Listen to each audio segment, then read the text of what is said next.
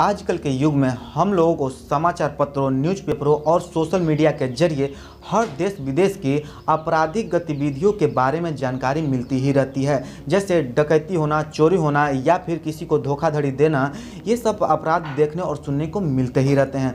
और इसमें कोई संदेह नहीं है कि हर देश ने पीड़ित व्यक्ति को न्याय और अपराधियों को सजा देने के लिए कुछ न कुछ नए कानून बनाए हैं।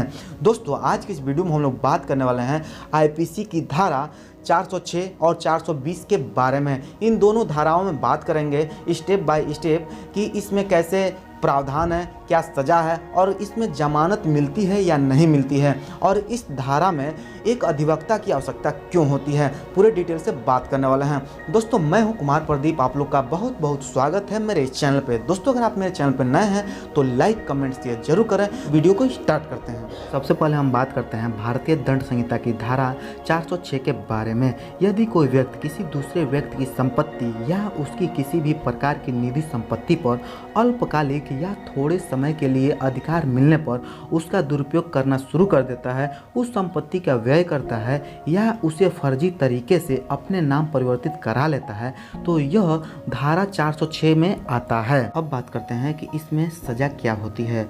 धारा 406 में विश्वास का आपराधिक हनन के लिए सजा है 3 वर्ष का कारावास या आर्थिक दंड या दोनों। यह एक गैर जमानतीय संज्ञेय अपराध है और प्रथम श्रेणी के मजिस्ट्रेट द्वारा विचारणीय होता है।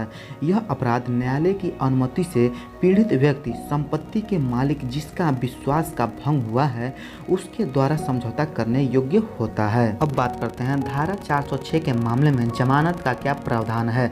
धारा 406 के अनुसार आरोप लगाए गए व्यक्ति को जमानत बहुत ही कठिनाई से प्राप्त होती है या यह भी कह सकते हैं कि जमानत प्राप्त नहीं होती है।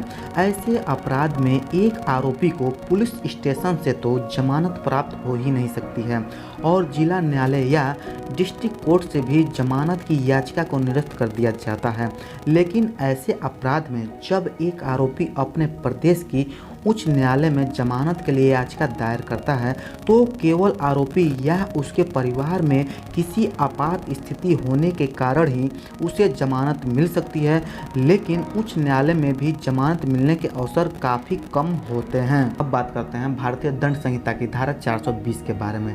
क्या आपके साथ धोखा हुआ है या किसी ने बेईमानी अधिनियम के माध्यम से आप पर लाभ प्राप्त किया है? यदि आप इनमें से किसी भी कृत्य के शिकार हो गए हैं तो आप धोखा के अपराध के शिकार हुए हैं। यह एक ऐसा शब्द है जिसे हम अक्सर अपने दैनिक जीवन में उपयोग करते हैं, लेकिन इसके कानूनी पहलुओं के बारे में नहीं जानते हैं। धोखा देना एक आपराधिक अपराध है और कई अन्य अपराधों से जुड़ा हुआ है, जैसे कि धोखाधड़ी और चेक का अनादर, अनुबंध के उल्लंघन के माध्यम से धोखाधड़ी के उद्देश्य के लिए किसी भी मूल्यवान दस्तावेज की जालसाजी।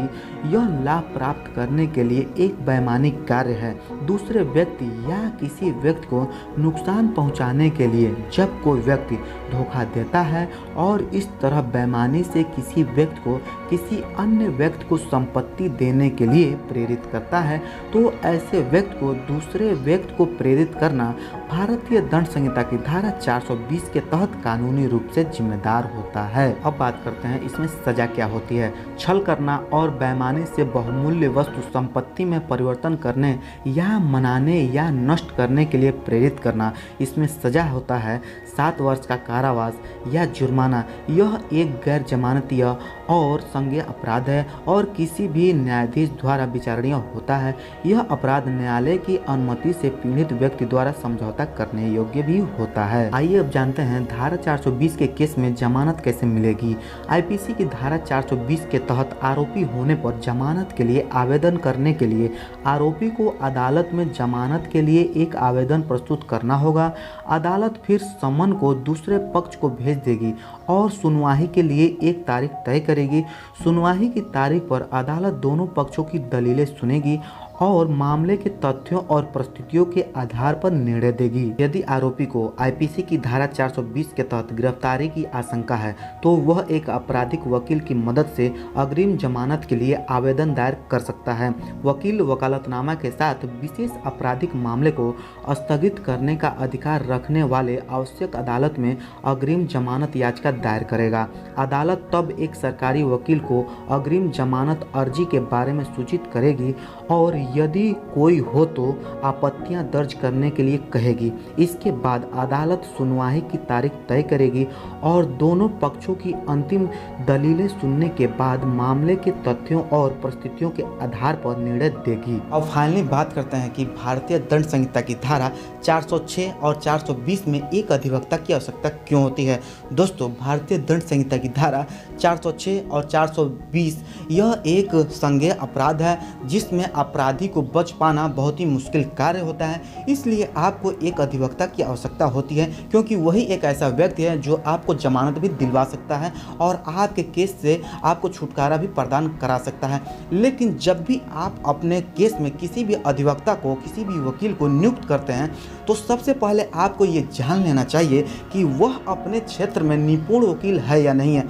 अगर वह अपने क्षेत्र में निपुण वकील होगा तो आपको काफ़ी हद तक राहत मिल सकती है, आपको जमानत भी दिलवा देगा और आपके केस से आपको छुटकारा भी प्रदान करा देगा। दोस्तों, मैं आशा करता हूं कि आज का वीडियो आप लोगों को पसंद आया होगा। दोस्तों, अगर आज का वीडियो आप लोगों को पसंद आया हो तो लाइक, कमेंट, शेयर जरूर करें और अपने दोस्तों के पास शेयर जरूर करें। दोस्तों, अगर आपके मन में कोई भी डाउट हो, कोई भी सवाल हो तो मुझसे कमेंट करके जान सकते हैं। आप लोग का बहुत बहुत धन्यवाद। जय हिंद, वंदे मातरम।